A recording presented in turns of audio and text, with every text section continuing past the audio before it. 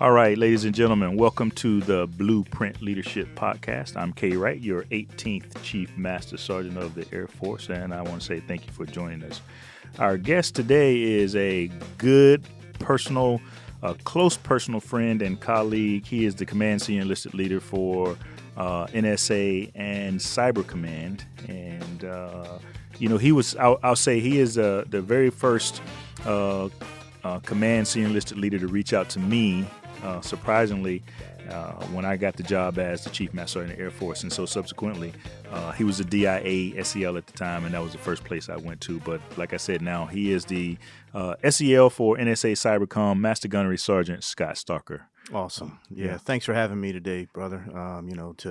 To be invited from my own service is always nice, but for another service to invite me to do this, what an honor. I'm really looking forward to it, so thank you. Yeah, man. No, thank you. You've been a friend to all of us, certainly to the Air Force, and I want to say thank you for all that you've done, not just as as a colleague, but as a friend as well. So, hey, why don't we start with tell us about your journey, man.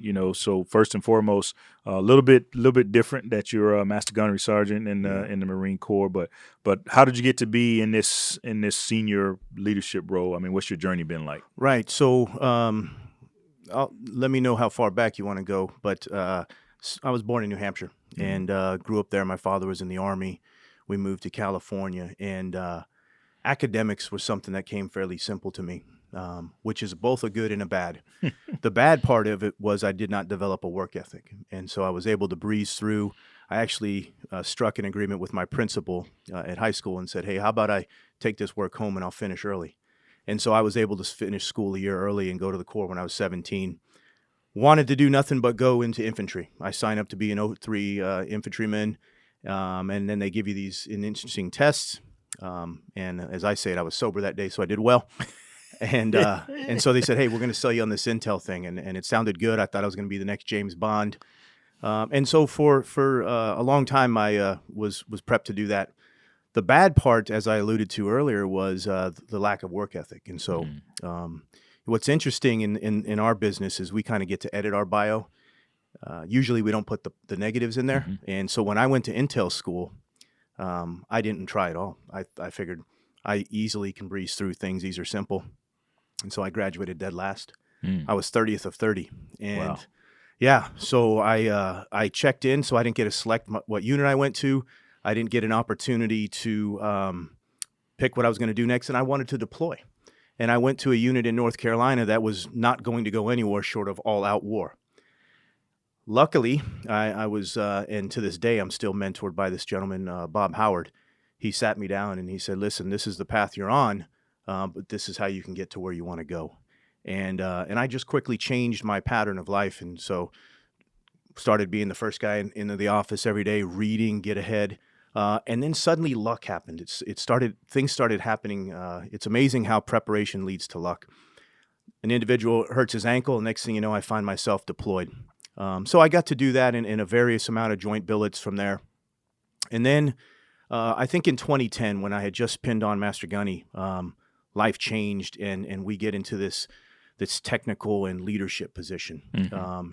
And I had the opportunity. I was serving in special operations at the time, and I'm briefing General Stewart, 1-star at the time, and it went well. It went well because I was the subject matter expert on this particular thing, and we were creating a special operations MOS. We developed that relationship, and then a few years later, he got selected to be the director of the Defense Intelligence Agency.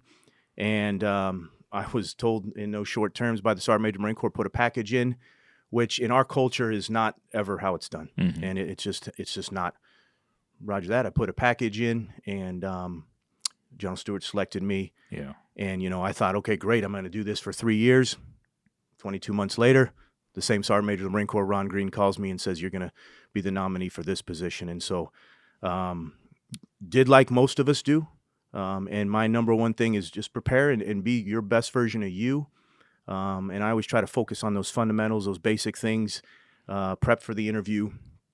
And I got a call, and it was odd. Imagine you're on leave with your wife, and the director of the National Security Agency calls, and hey, this is the director of the National Security Agency. I need to speak to you. I'm like, oh, my God. But he told me he wanted to bring me on board, and I asked him why later. And he said, Master Guns, the interview process is a formality. Yeah. It really is how you interviewed through your career, your reputation that you build. You define your last name, and so that allowed me to get here. It's a culture shock in my service in many ways. There may even be some people that don't like it. I could care less, to be frank. Yeah. I'm just going to execute and be the best version of me. So that's kind of how I got into this. You know what? I want to come back to that, but I want this whole Master Guns versus Sergeant Major thing that you guys have going in the Marine Corps. By the way, which I want to get some advice from you on something that I've been thinking about for the Air Force. But earlier on, you said something about, and then I got lucky, and so I certainly don't necessarily believe in luck. I'm kind of a believer that everything happens for a reason. The wise old turtle in Kung Fu Panda said, there are no mistakes, and certainly it's not a mistake that you made it here. But I've also heard people say, hey, luck is where is a combination of preparation and opportunity. Yeah. And I would say that's been the case for you. And what would you say to young Marines, young service members that maybe have some chips against them or didn't have a work ethic or that you were missing initially in terms of, how they might go forward and achieve their goals? Right. You're exactly right, because I was preparing, but I wasn't preparing for something specifically. I just wanted to be a good intelligence analyst. I mean, I was a PFC. I was an E2. And where the luck came in was because I had developed a reputation, and my gunnery sergeant knew that, hey, Stalker's showing me something here. He's performing. And then an individual got injured. A few months later, I found myself on the streets of Afgoye Road in Somalia, and that was in '94. And that was a great opportunity for me. And so what I tell people all the time is, and we just had General Powell visit last week, and he said, listen, don't try to mimic my career because it's not gonna work out. And the same thing with me is the path was jaggedy and all over the place. Wherever I was sent, I just tried to really change the culture of that organization, perform as well as I could. And I tell people all the time, when they have an option, seek the hardest option. That's how you're going to grow. If there's any airmen listening today, I would say, what are the units that are struggling the most? You should be volunteering to go there.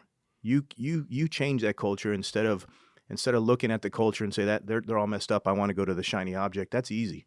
You can't grow from that. And I sometimes use the powerlifting analogy. We can go to the gym and lift the bar. Mm-hmm. We can go do that again tomorrow and the next day, and I'm going to be really good at lifting the bar.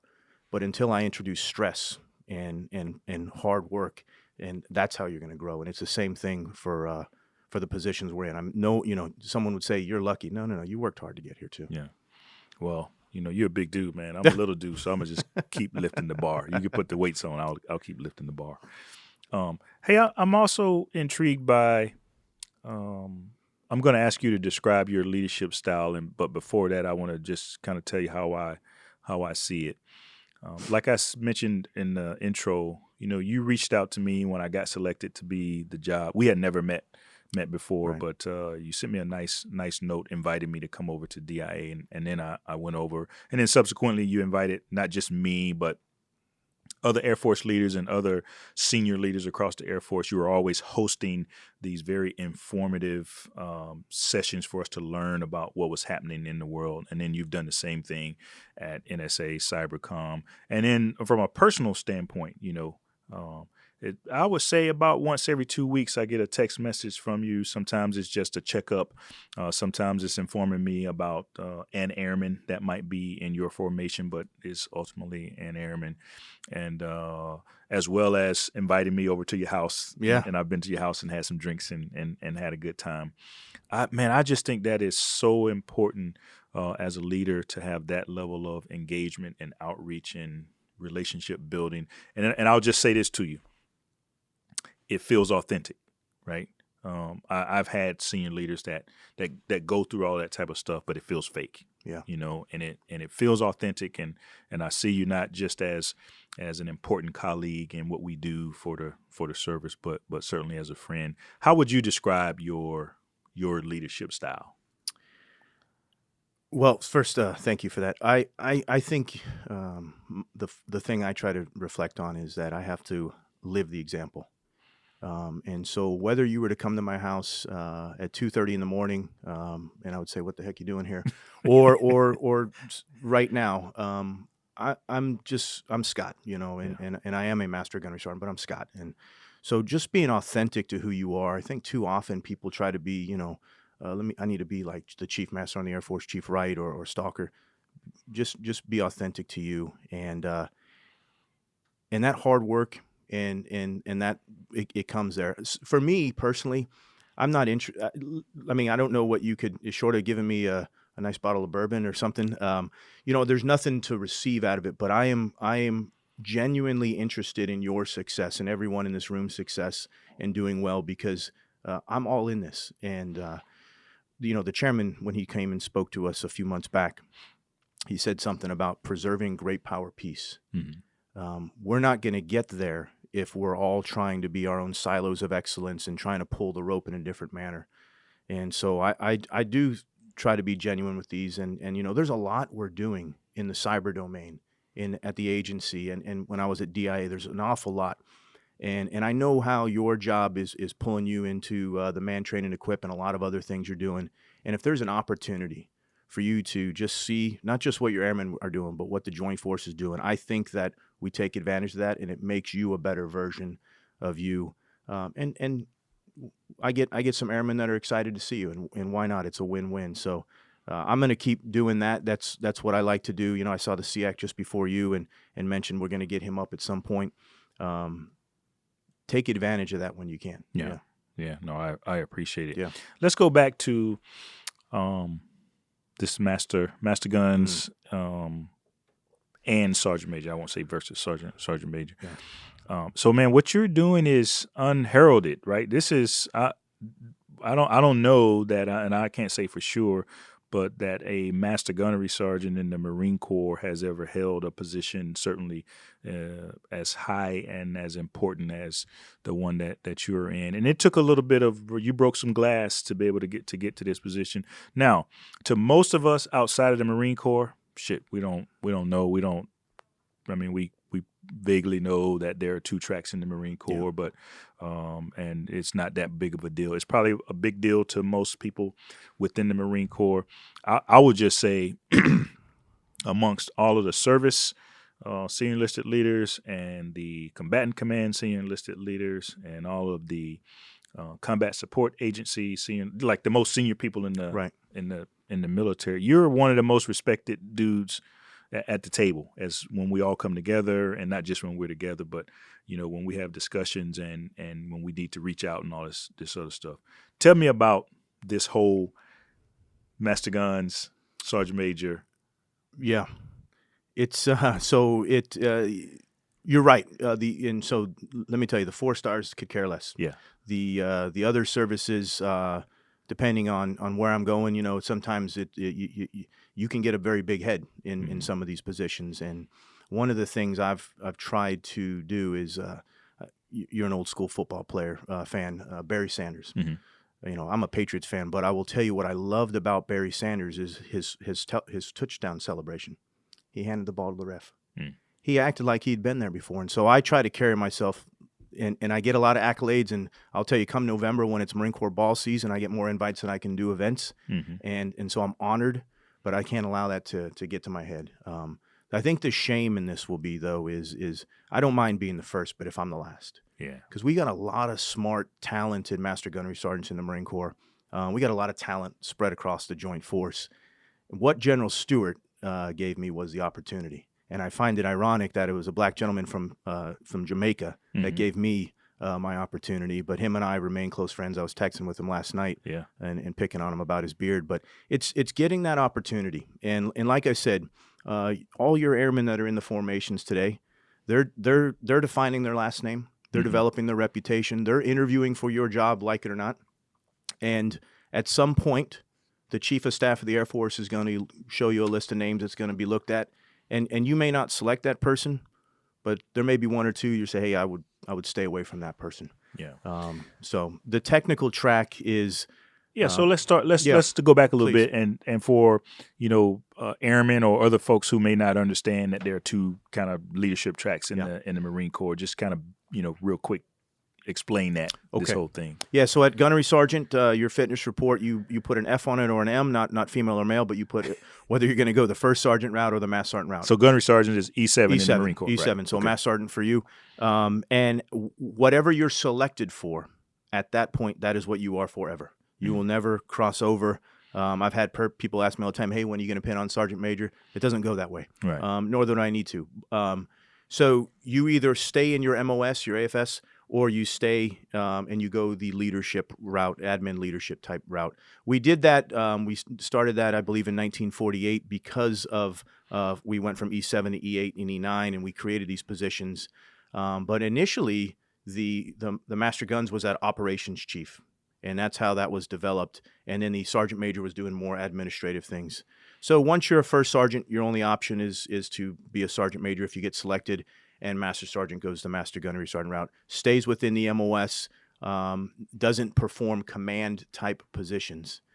But the nature of war is changing, and the nature of how we conduct operations is changing. And I think there are some domains, special operations, you need a little bit of credibility, you need a little bit of subject matter expertise. And I don't know many people that can get dropped into Fort Meade and start speaking this cyber and SIGINT language without some background there. And I think that's just going to be more and more. We're going to have to look at that. And space is another one. My goodness, you show up to there on day one to lead that organization, you're going to struggle. Yeah. So we have a lot of airmen that have been asking us in the Air Force for warrant officers. Yeah. And I don't know that they just want to be a warrant officer, but what I think they're asking for is they want to continue beyond E6 doing the thing that they love, being a cyber warrior, being a maintainer or a contracting officer or whatever it is. And we explored the warrant officer thing, and we just kind of concluded that, hey, this is not going to work. We're not going to bring warrant officers back to the Air Force. Yeah. But then I started looking at, hey, well, maybe we should do like the Marine Corps. I'm kind of looking for your advice and opinion on whether we in the Air Force should have a dual track like you guys have in the Marine Corps. So it's interesting because there are some in my service who are saying, hey, do we need to bring it back to how it was in the past? My thoughts, and they ask me about the Air Force warrant officer a lot as well. First, what are you solving? What problem are you trying to solve? What I would offer to you is the Air Force has really sharp technical experts. What I think the services should consider is opportunities to actually do your job at a certain rank. And so what I mean by that is my last exec was a Persian Farsi linguist. But at E7, he wasn't actually doing that anymore. He was more managing the field. And so I think we've got to look at opportunities to have those subject matter experts doing the actual work, and then a potential leadership. Maybe that's a dual track. I'm not sure, but it seems like to me an awful lot of wasted investment if you look at it from a business model. To invest language, to invest coding and all these schools and dollars into someone, and then they touch a rank, hey, you can't do that anymore. Yeah.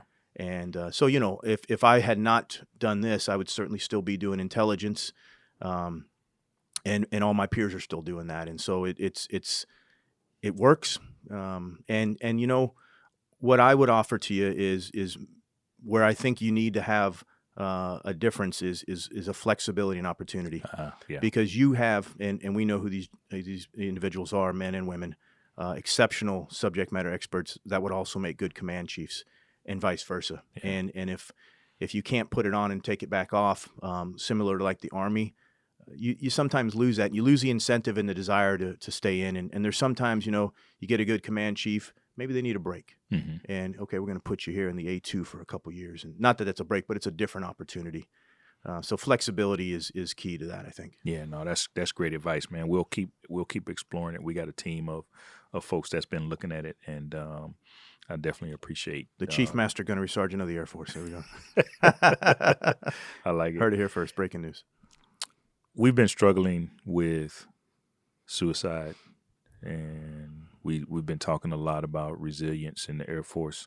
Amongst the many things that you and I have partnered and consulted each other on is this topic because of some of our airmen and some of your in the NSA cybercom domain and having dealt with not just ideations but you know, completed suicides and stuff.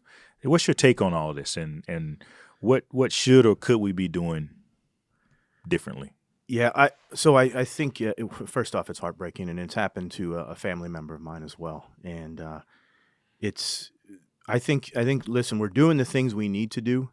We're going to have policy. The Chief of Staff of the Air Force, the SecDef, and those senior leaders, and we as leaders as well have to discuss this. But we have to create a culture and an environment where an E1, E2 have the moral courage to act.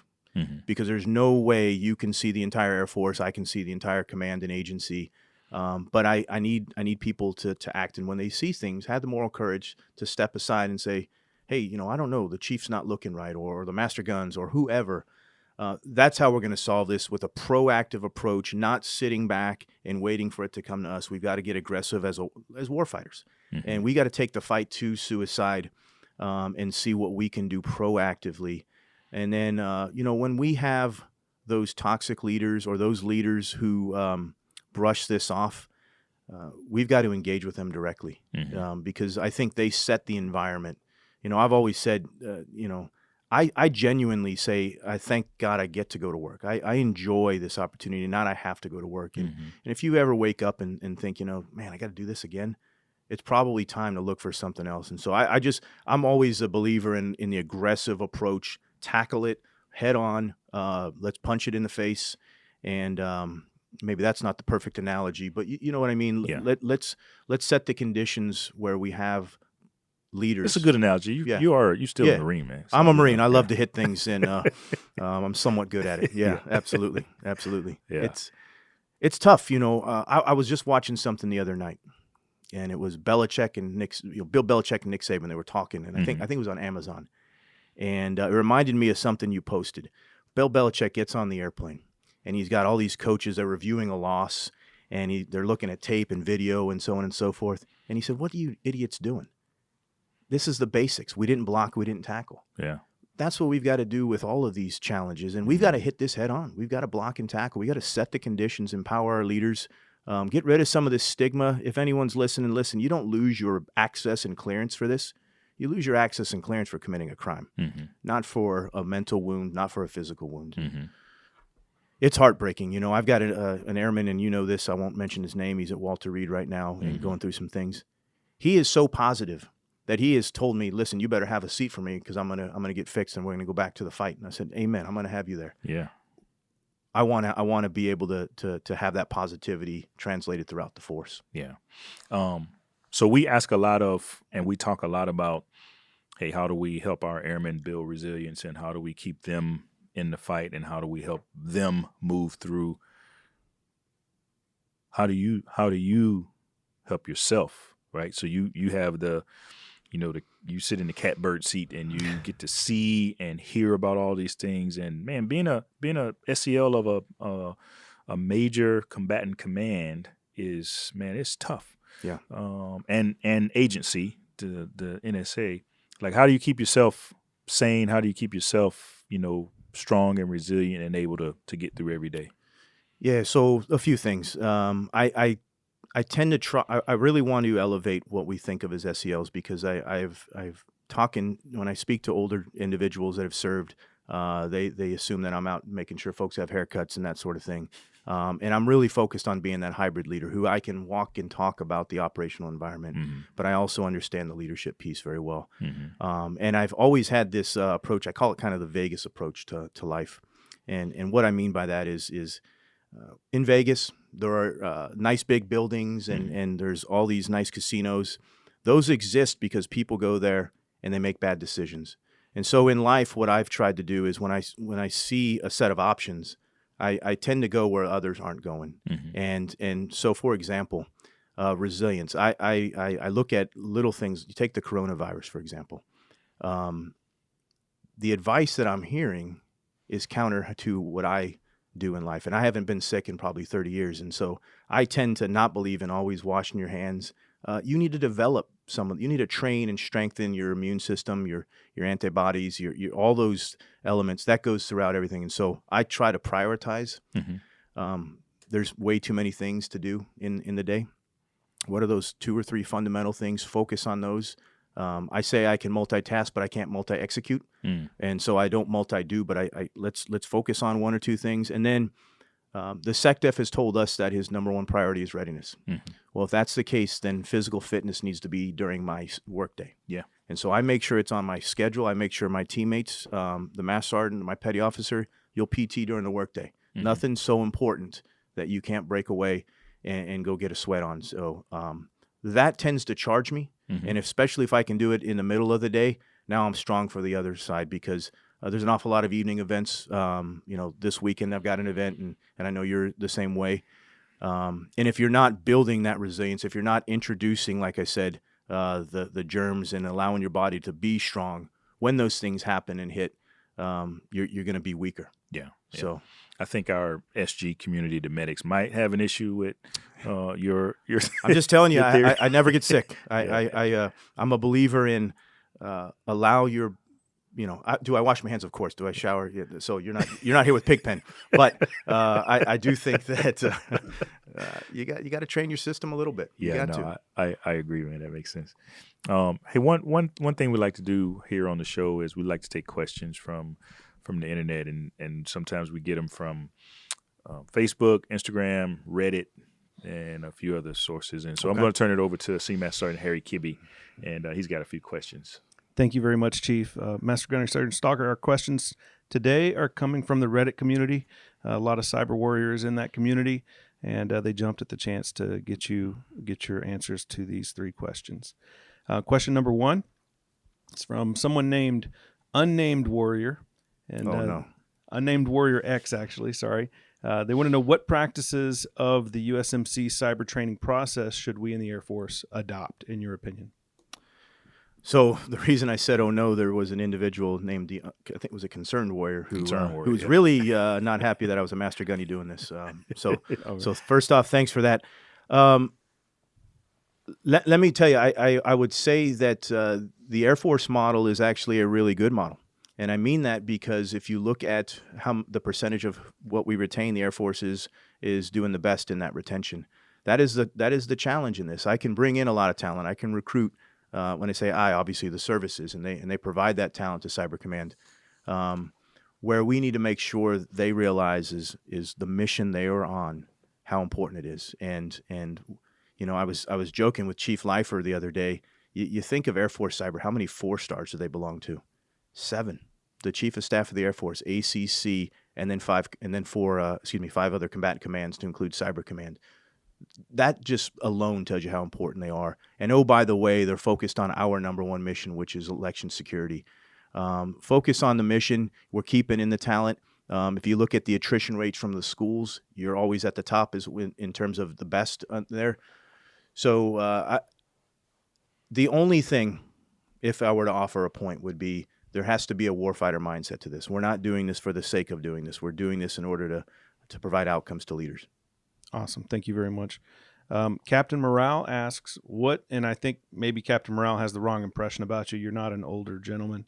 But Captain Morale wants to know, what should a military leader focus on once they've entered the back 9?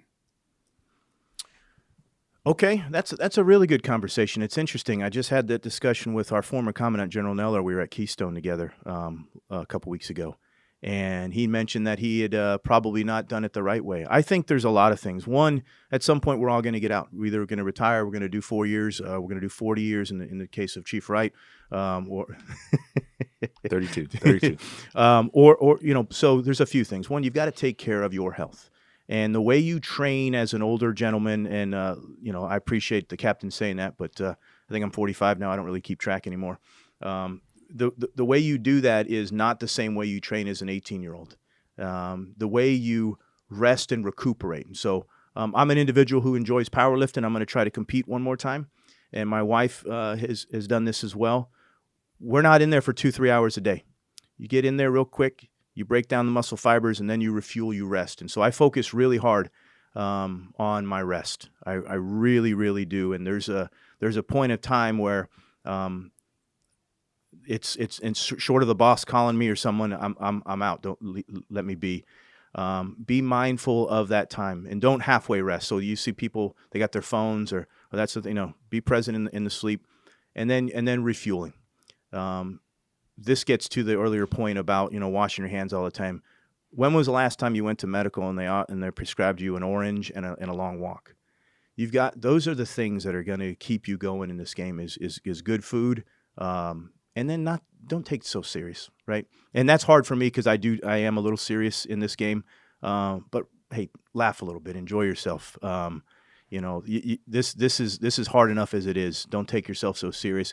Do not read your own headlines. Do not read your own headlines. Enough people tell me how amazing I am. I'm going to try to keep the Barry Sanders approach. There you go. Yeah.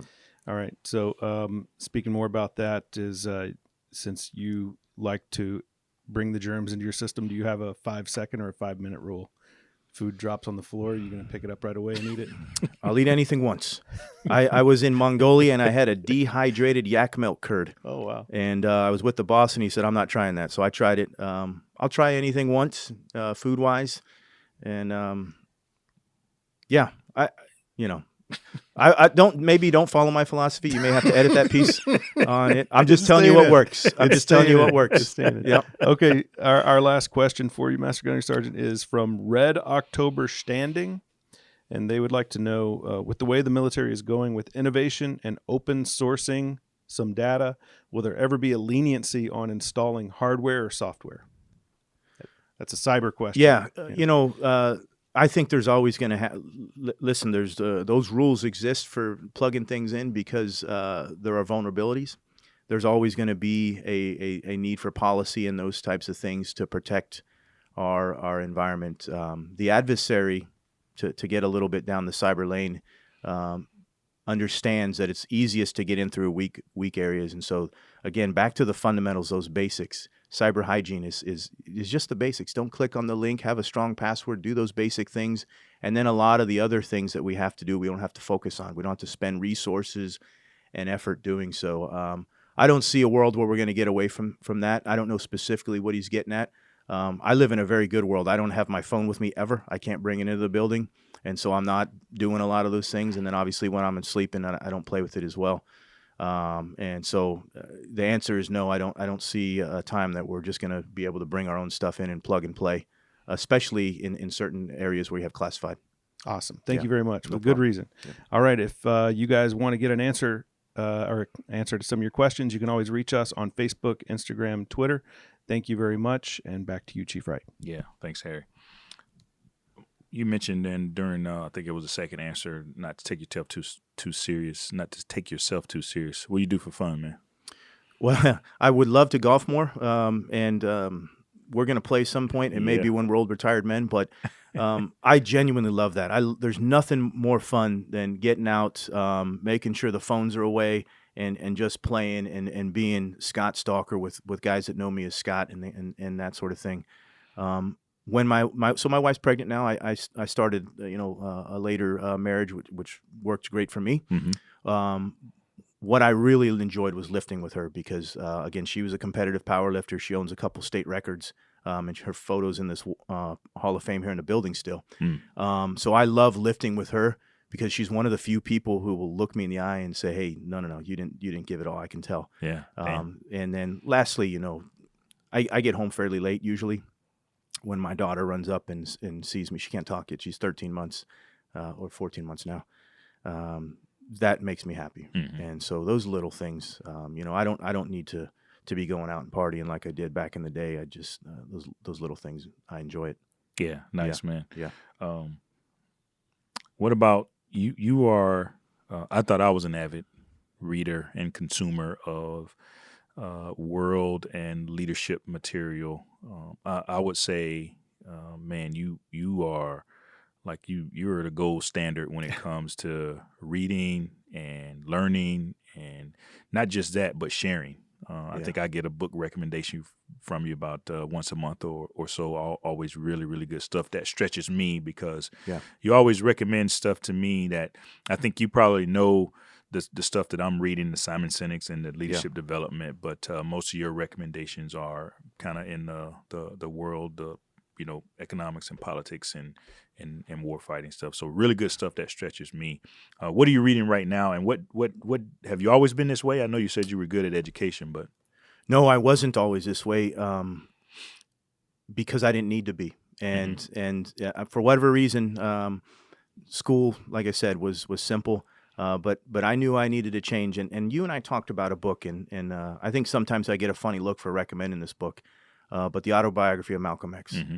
You take an individual whose father was probably murdered by the KKK, who grew up and his mother had her kids taken from her from the state. So by all methods and means had a horrible deck of cards played against him and started trending down the wrong way. He decided to make a change in life and became an influential leader, someone today, and to the point that he became such an influential leader, the individuals that brought him into that network took his life. Mm-hmm. So reading to me is a matter of, again, prioritization. I have the great opportunity to sit in DC traffic, and it's beautiful. If you never had the opportunity, give it a try. But what it does give you is you're a captured audience. You're in that vehicle, Right. And so I can bitch and complain about that, or I can say let's do some reading. And I just finished up a book, Prisoner's Geography, which laid out in 10 really clean, easy to read chapters, culturally why the world is how it is, why certain pieces of geography are fundamental to our defense and that sort of thing. And it's on the list that I handed you today. Okay. It's a good read. I read a lot of philosophy. The book I gave you, Epictetus, I just will pull a couple of chapters and read occasionally from him because it gets you, it's a mindset. Mm-hmm. And again, the mindset could be, man, this sucks. I'm in traffic, or let me take advantage of this opportunity. I'll be frank with you. I'm not reading to the level that I'd like right now because I'm full-time. This is my last 4 weeks of being a full-time grad student, and then I'll only have one class to go. And I'm just trying to pass. I'm trying to power through that. But General Kelly, when he was my mentor in Keystone, he was a voracious reader, and he was always telling me what to read. And what I have seen is those individuals that are successful in life, they're usually not spending their hours sitting on the couch watching television. Mm-hmm. They're professionally developing themselves, and they're not comfortable with where they are. They're continuing to try to learn and grow. So it's a big thing to me, and I'm going to continue to do that. Some people will take the recommendations, others won't. I'm always interested in other books that I should be reading as well. I've got more on the list than I can actually get to right now, but if you have a great recommendation, please send it my way. Yeah. I would say, and you probably already read this, but Malcolm Gladwell's Talking to Strangers, man. I have not yet. It's fantastic. I think you'll like it. I heard his podcast about David and Goliath. Wow, what a perspective. Yeah. If you haven't, I can't do any justice to it. But anything Malcolm Gladwell writes, I'm absorbing. Yeah, his newest book, Talking to Strangers, and I would recommend, to you and anybody that's listening, the audiobook is a better option than the because he does the voice, right? He does the voice, and in this particular book, everywhere he uses the actual audio from. So if he's talking about Aldrich Ames, he uses stuff from there. He talks about Hitler, and he uses some stuff from Great Britain back in the in the 40s and whatnot. So it's really interesting concept. But I'll check it out. Yeah, I always say leaders are learners, and like I said, man, you are really setting the pace for a lot of us in the senior leadership realm in terms of developing ourselves and becoming the best version of who we are in order to take care of all of the service members that we're responsible for. Appreciate it. I appreciate it. Anything you want to pass along to the audience before we wrap up? We talked an awful lot. I think what I would say for a few points is there are those that are senior enlisted leaders and those that are cheerleaders. It gets back to don't take yourself so serious. Don't be the cheerleader. No, you're not going to be authentic. No one's going to follow you, and you can just be the best version of you. I think. I spent some time with a special operations unit a few months ago and visited them, and they're known for just being elite at what they do. And I talked to the commander after, and I said, "Sir, what makes you guys so special, so amazing?" And he said, "Master Guns, we're not special. We're not. We're brilliant at the basics." And I think too often we try to get carried away with memorizations of Air Force Order X, Y, and Z, or DOD, so on and so forth.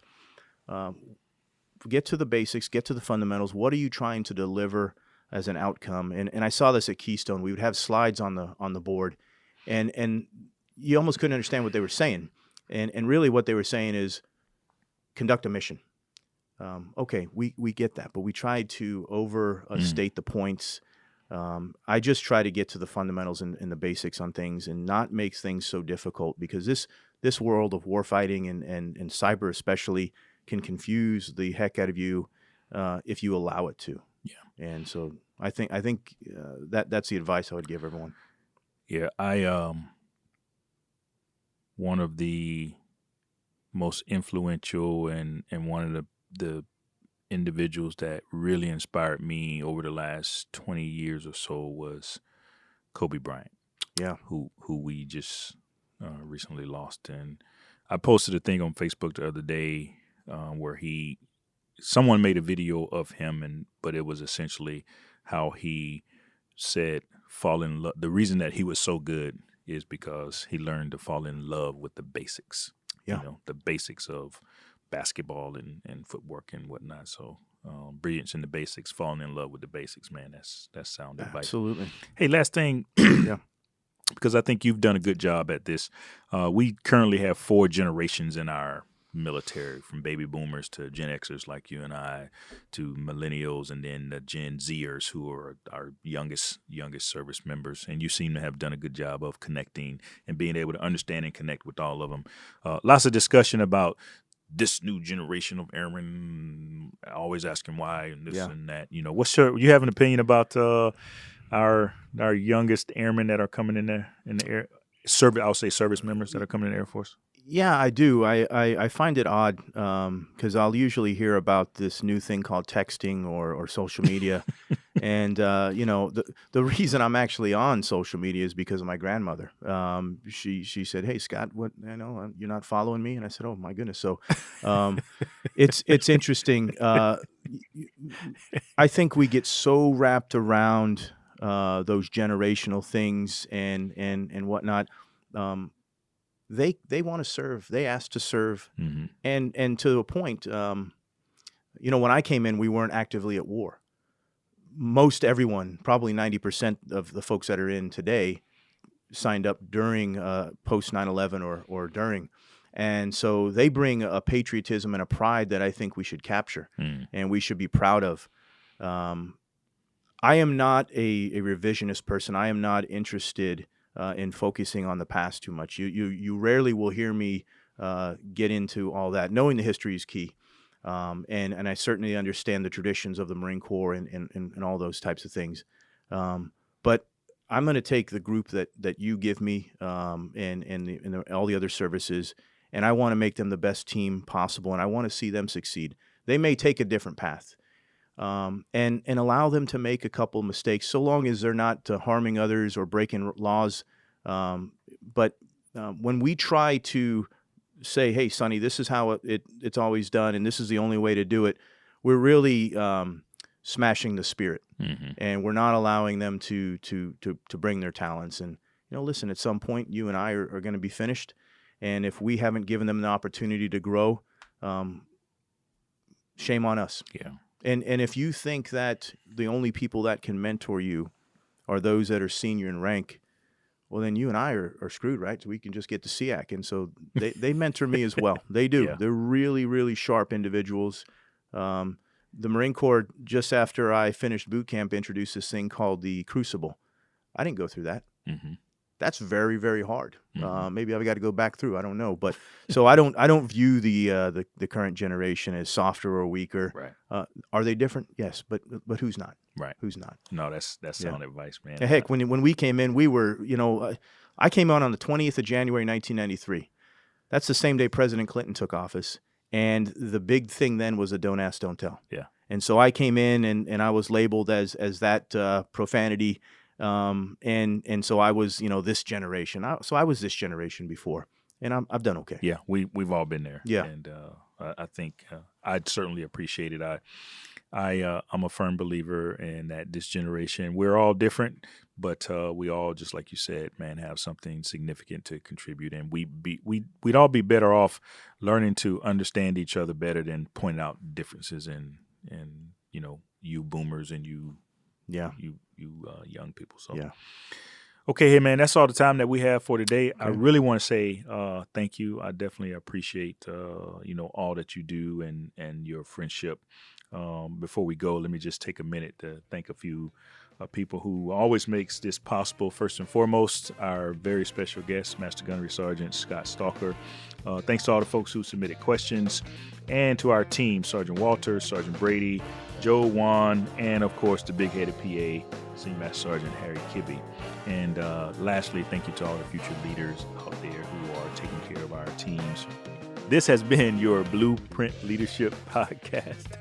I'm K. Wright, your 18th Chief Master Sergeant in the Air Force. And remember, if better is possible, good is never enough, and you are your greatest competition.